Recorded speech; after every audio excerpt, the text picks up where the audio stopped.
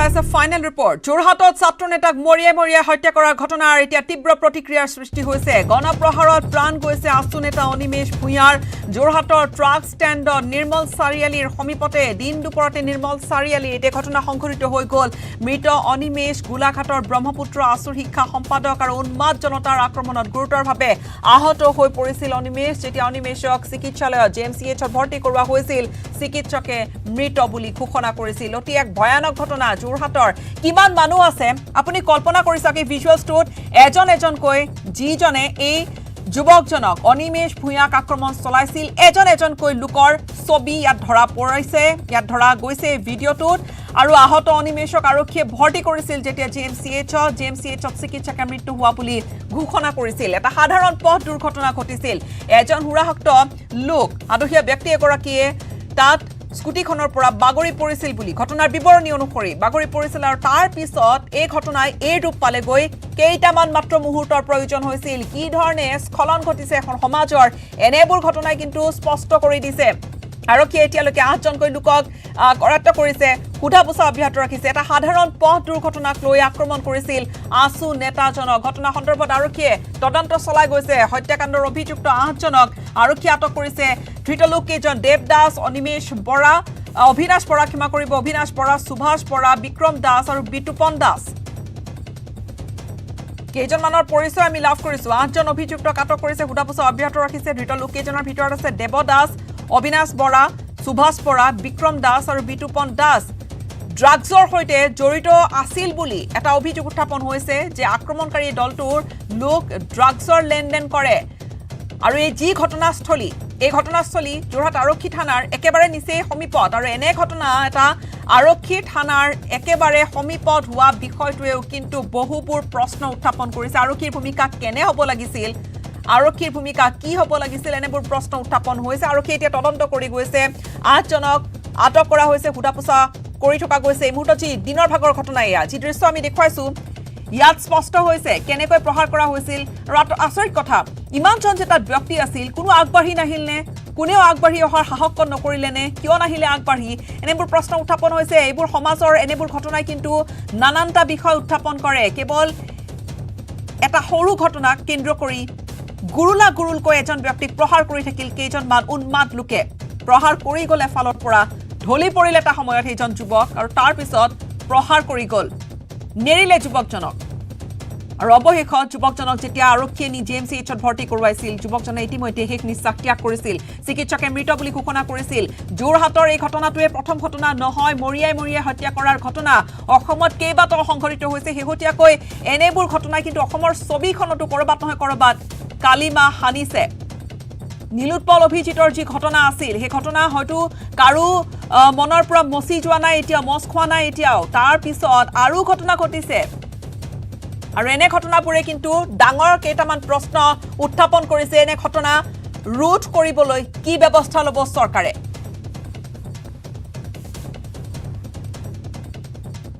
বিফলতা আমি এইটো এনেকে কৈ দিওঁ যেতিয়া ক্ৰাইম হৈছে আমি লগে এজন যুৱক মৰি গৈছে আক্ৰমণ মৰি গৈছে এইকাৰণে আমি ইয়াতে আহিছো এতিয়া সমস্যা তোমাৰ গৈছে পুলিচটো তাতে পুলিচ লৈ তাকে গৈ গৈছে হস্পিটেলত সকলোৱে এটা সময়সীমা দিছে 7 ঘণ্টাৰ ফালৰ পৰা কৈছে যে 24 ঘণ্টা আৰক্ষীয়ে 24 ঘণ্টাৰ ভিতৰত কৰায়ত্ব কৰিব লাগিব তিনটা মানুহ এতিয়াই ধৰি লৈছো আৰু আমি বাকী মানুহ ধৰাৰ কাৰণে পুৰে গোটেই আমাৰ অপাৰেশ্যন চলি আছে এইটো ধৰা পৰিব যিটো ঘটনা হৈছে যিটো খবৰখিনি পালো মই সেইখিনি অতি দুখজনক এইটো হ'ব নালাগিছিল আৰু ইতিমধ্যে দুজন ল'ৰা আছিল সেই খবৰটো মই গম পালো আৰু ইতিমধ্যে পুলিচ অধীক্ষক ডাঙৰীয়া তেখেতে কৈছে যে একশ্যন আৰম্ভ হৈছে দুজন গ্ৰেপ্তাৰ হৈছে আৰু যিসকল তাত জড়িত আছিল তেখেতে ক'লে এজন মানে ইতিমধ্যে ইনজিয়ৰ্ড হৈছে তেওঁ কৈছে কেইবাজনো আছিল বাকী কেইজনকো অতি শীঘ্ৰে গ্ৰেপ্তাৰ কৰিব পৰা যাব আৰু ইতিমধ্যে পুলিচে একশ্যনত নামি কৰিছে ডেফিনেটলি আমি খুব সোনকালে এইকেইজন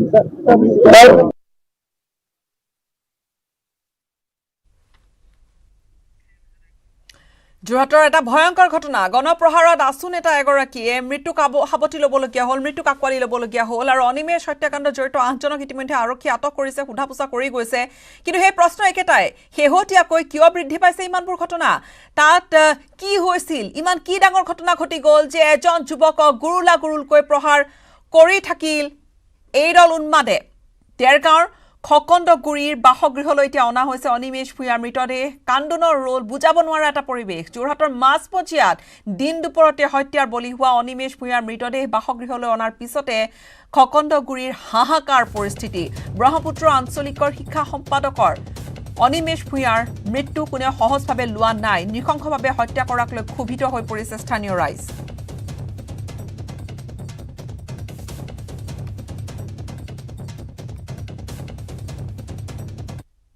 এজন বৰ অমায়িক যুৱক যিজন যুৱকে বৰ্তমান ব্যৱসায় প্ৰতিষ্ঠান এটা আৰম্ভ কৰিছে মহাভাৰত ব্ৰহ্মপুত্ৰ বুলি এটা প্ৰেছ নিৰ্মাণ কৰি লৈছে আজি যি অমানসিক অত্যাচাৰ কৰি যোৰহাটৰ মাজমজিয়াত যি হত্যাকাণ্ড সংঘটিত কৰিলে সেয়া হ'ল কাপুৰুষালী এজন ব্যক্তিক 50-60 জন ব্যক্তিয়ে বেৰি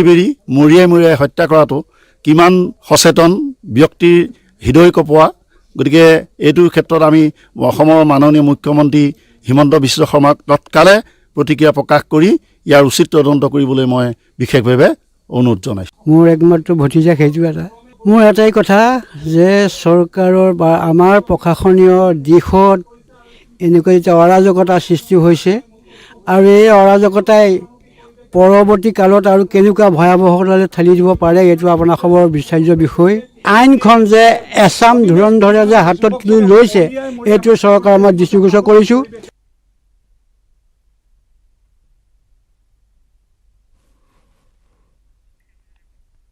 গণপ্ৰহাৰত প্ৰাণ গৈছে আছু নেতা অনিমেষৰ ঘৰখনত বুজাব নোৱাৰা এটা পৰিৱেশ স্বাভাৱিকতে কোনে কল্পনা কৰিব পাৰে যে যিজন যুৱক শৰীৰে যিজন যুৱকে কোনো ধৰণৰ বেমাৰ আজাৰ নোহোৱাকৈ যোৰহাটত আছিল যোৰহাটলৈ হয়তো কিবা কাৰণত গৈছিল কিন্তু সেইজন যুৱকৰ এনেকৈ মৃতদেহ হৈ যে ঘৰলৈ উভতিব হঠাৎ এনেকুৱা এটা খবৰ হৈ এটা ভয়ংকৰ শিহৰণকাৰী খবৰ হৈ যে ঘৰখনলৈ উভতিব সেয়া হয়তো কোনেও কল্পনা কৰা নাছিল ঘৰখনৰ পৰিৱেশ আপুনি অনুমান কৰিব পাৰিব নিশ্চয়কৈ কি হৈছেগৈ গণপ্ৰহাৰত এজন যুৱকে মৃত্যুক আঁকোৱালি লৈছে আছু নেতা অনিমেষ ভূঞাৰ মৃত্যু কোনেও সহজভাৱে ল'ব পৰা নাই অনিমেষৰ দেৰগাঁৱৰ ঘৰখনত খকন্দগুৰি বাসগৃহলৈ নিয়া হৈছে অনিমেষৰ নচৰ দেহ নিশা যোৰহাটলৈ ৰাওনা হৈছে আছুৰ নেতৃত্ব আৰু এই গোটেই ঘটনাটোৱে কিন্তু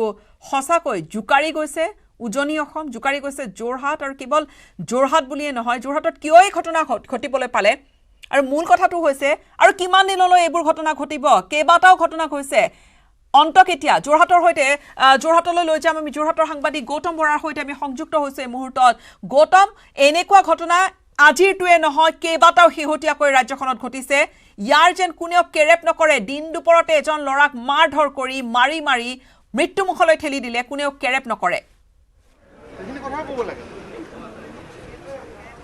হয় নিশ্চয়কৈ গীতাশ্ৰী সকলোৰে মনত এটা প্ৰশ্ন উঠিছে যে যেতিয়া এই অনিমেষ ভূঞাক এটা সাধাৰণ ঘটনা কেন্দ্ৰ কৰি যুৱকৰ দলটোৱে প্ৰহাৰ কৰি আছিলে তেতিয়া তাৰ উপস্থিত থকা যিসকল লোক আছিলে সেইসকল লোকে সহায় নকৰিলে কিয় বা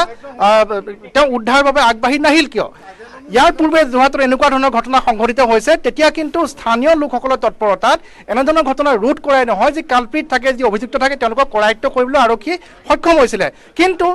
আমি দেখিবলৈ পাইছোঁ যে বিগত 6-7 মাহত যোৰহাট আৰক্ষীয়ে এনে এটা ৰূপ লাভ কৰিছে জনসাধাৰণৰ লগত কোনো ধৰণৰ সুসম্পৰ্ক নাই আৰু শেহতীয়াকৈ যি আমি দেখিবলৈ পাইছোঁ কিছুমান ভুৱা গোচৰত একাংশ লোকক যেতিয়া আৰক্ষীয়ে গ্ৰেপ্তাৰ কৰি জেললৈ প্ৰেৰণ কৰে তাৰপিছত আৰু জনসাধাৰণে ভয় কৰা হ'ল আৰু তাৰ পাছত সেই যি যোগাযোগ নোহোৱা হ'ল সৰ্বসাধাৰণৰ সৈতে তাৰ ফলশ্ৰুতিতে আজি এই ঘটনা সংঘটিত হ'বলৈ পালে মই পুনৰ ক'ব বিচাৰিছোঁ গীতাশ্ৰী যে ঘটনাটো সংঘটিত হৈছিলে দুটা পুলিচ পইণ্টৰ পৰা মাত্ৰ 30-40 মিটাৰ নিলগত অৰ্থাৎ নিৰ্মল চাৰিআলি তাত অহনিশে পুলিচ থাকে আৰক্ষী তাত মোতায়েন হৈ থাকে আৰু ঠিক সেইদৰে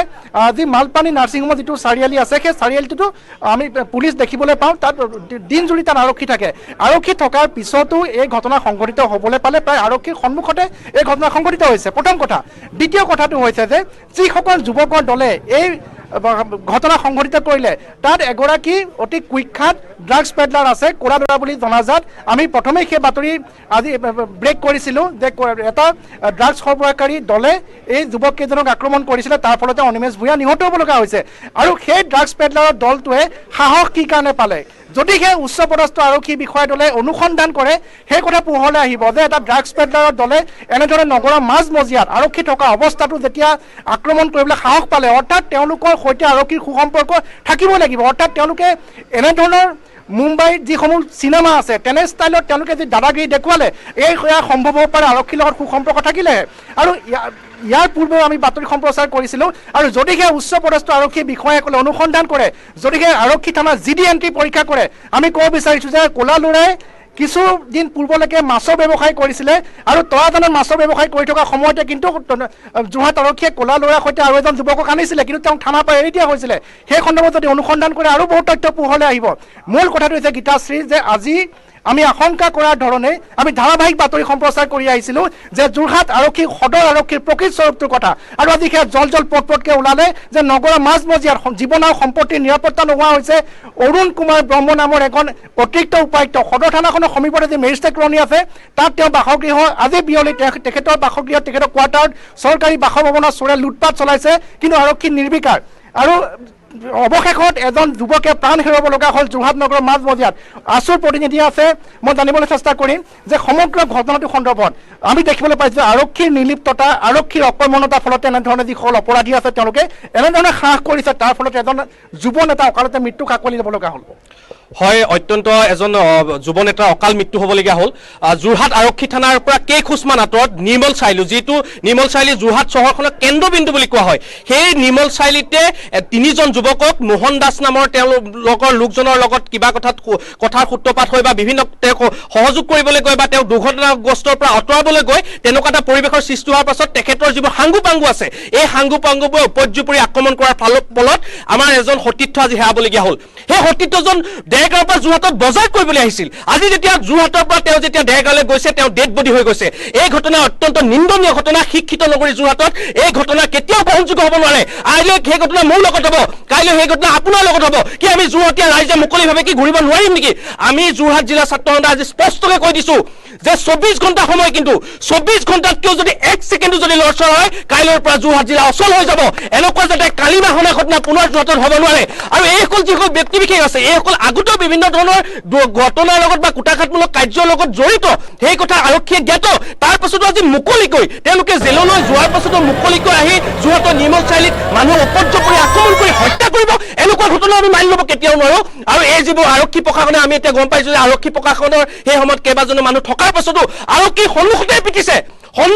পিটি হত্যা কৰিছে এনেকুৱা ঘটনা আমি কেনেকৈ মানিব পাৰিম গৃহ বিভাগ ক'ত আছে আমি এই ঘটনা আমি উচিত বিচাৰিছোঁ মুখ্যমন্ত্ৰী হস্তক্ষেপ বিচাৰিছোঁ ফাষ্ট ট্ৰেক আদালতৰ জৰিয়তে এই ঘটনা বিচাৰ হ'ব লাগে আৰু অতি শীঘ্ৰে দোষীক গ্ৰেপ্তাৰ কৰি জেল হাজতলৈ প্ৰেৰণ কৰিব লাগে আকৌ যাতে আইনৰ মেৰপাছৰ সুৰুঙা বিচাৰি যাতে তেওঁলোকে আকৌ যাতে মুকলি আকাশত ওলাই আহিব নোৱাৰে তাৰ কাৰণে ব্যৱস্থা গ্ৰহণ কৰিব লাগে ধন্যবাদ জনাইছোঁ আজি এই ঘটনাটো কিয় হৈছে এই ঘটনাটো এটা কাৰণে ঘটিবলৈ পাইছে কাৰণ এই মানুহজনে আগতে এনেকুৱা ধৰণৰ কাম বহুতবাৰ কৰি আহিছে যদি আপোনালোকে তেওঁৰ ৰেকৰ্ড চাই তাত আপোনালোকে পাব যে তেওঁলোক 60খনতকৈ অধিক কেছত তেওঁলোক অভিযুক্ত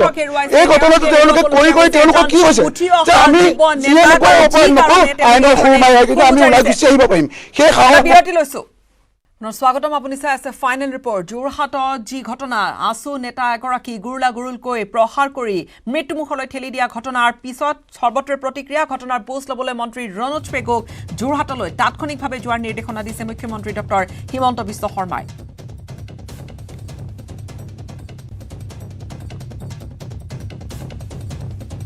এছপিৰ লগত কথা পাতি তাৰ পিছত মই ভাল কৰি জনাম কিন্তু যোনেই ঘটনাৰ সৈতে জড়িত মই অকণ ইয়াৰ পৰা ওলাই গৈ এছপিৰ লগত কথা পাতি আমি ঘটনাৰ তদন্ত দোষীক শাস্তি গোটেইখিনি ব্যৱস্থা ল'ম অকণমান মোক ঘটনাটো অকণমান গম পাব দিয়ক মই ঘটনাটো গম নোপোৱাকৈ প্ৰতিক্ৰিয়া দিব খোজা নাই মই ওলাই গৈয়ে ষ্টুডেণ্টবিলাক আছে চবৰ মাজত মই এছপিৰ লগত কথা পতা নাই মই ওলাই গৈয়ে মই খবৰ দিম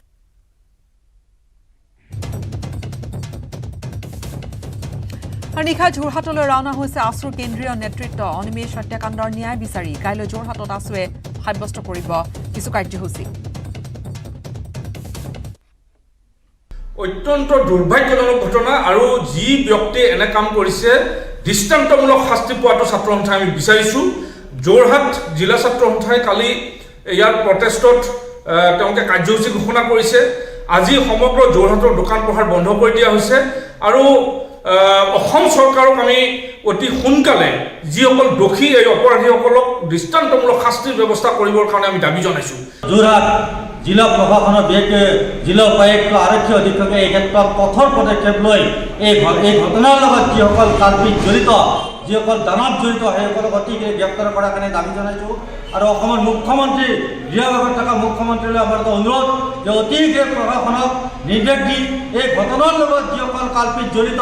সকলোকে গ্ৰেপ্তাৰ কৰি দৃষ্টান্তমূলক শাস্তি দিয়াৰ কাৰণে ব্যৱস্থা গ্ৰহণ কৰিব লাগে। এইটো অমানৱীয় এটা ঘটনা, যিটো ঘটনাই মানৱ জাতিৰ সভ্যতা জাতিৰ কাৰণে অতি কলংকিত অধ্যায়।